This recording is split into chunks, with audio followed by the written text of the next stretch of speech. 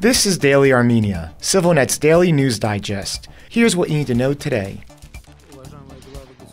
Prime Minister Nikol Pashinyan continues his participation in Russian-led summits today with an informal meeting of the Commonwealth of Independent States in St. Petersburg. During a speech at yesterday's meeting of the Eurasian Economic Union, which Armenia will be assuming the presidency of on January 1st, Pashinyan noted that the union is an economic one and thus should not have a political or geopolitical agenda. This is a clear reference to Armenia's distancing itself from Russian platforms and their agendas in recent months, while seeking deeper integration with European structures. The Eurasian Economic Union is a Moscow-led economic alliance established in 2015, comprising Russia, Belarus, Kazakhstan, Armenia, and Kyrgyzstan. Its goals include facilitating the free movement of goods, services, capital, and labor among member states, as well as coordinating economic policies and fostering cooperation in various sectors. The bulk of Armenia's exports and imports are attributed to the Union states, with Russia serving as Armenia's primary market, largest domestic investor, and source of monetary remittances. In other news from the summit, President Ilham Aliyev of Azerbaijan has also arrived in St. Petersburg,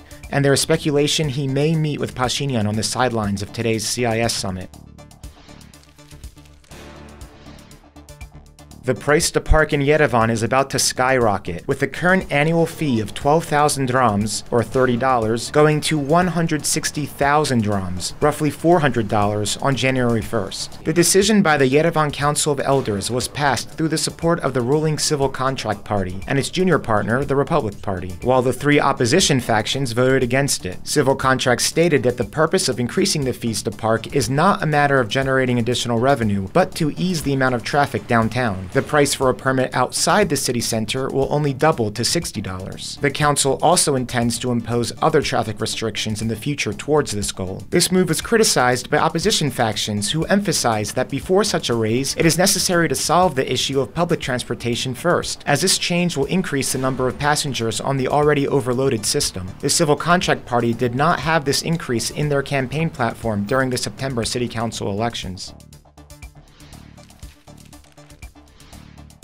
If you haven't learned the term greenwashing yet, you should get to know it, as it'll be a hot topic over the next year thanks to the recently announced selection of Baku as host of the COP29 UN Climate Change Conference. A recently published opinion piece in Newsweek by Stefan Pechtimalji entitled Blood and Oil: How Azerbaijan Greenwashes Its Human Rights Record tackles this issue. Greenwashing is a form of marketing which utilizes green PR to give the perception that the entity is environmentally friendly. As the piece points out, even though COP29 is about solving the climate change crisis, Azerbaijan relies heavily on oil and gas production, and it is weaponizing environmentalism to promote itself in order to distract from its authoritarianism and bleak human rights record. The greenwashing propaganda has already begun, with President Aliyev issuing a decree this week proclaiming 2024 as the rather lost in translation Solidarity Year for Green World. Hosting COP29 puts Azerbaijan on the world stage, but with that attention will certainly come a bigger focus on its issues of corruption and treatment of Armenians than it would otherwise get next year. The Newsweek article concludes that trusted public organizations like the UN have a responsibility to ensure human rights and rule of law, which should be conditions for a country to hold an event like COP.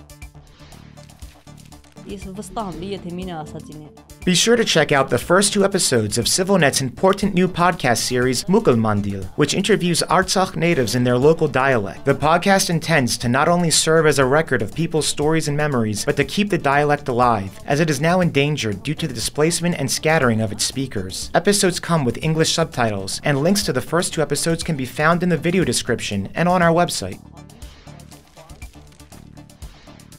Finally, the CivilNet number of the day is 599,000. That's the number of vehicles in Armenia registered with the National Bureau of Auto Insurance Providers.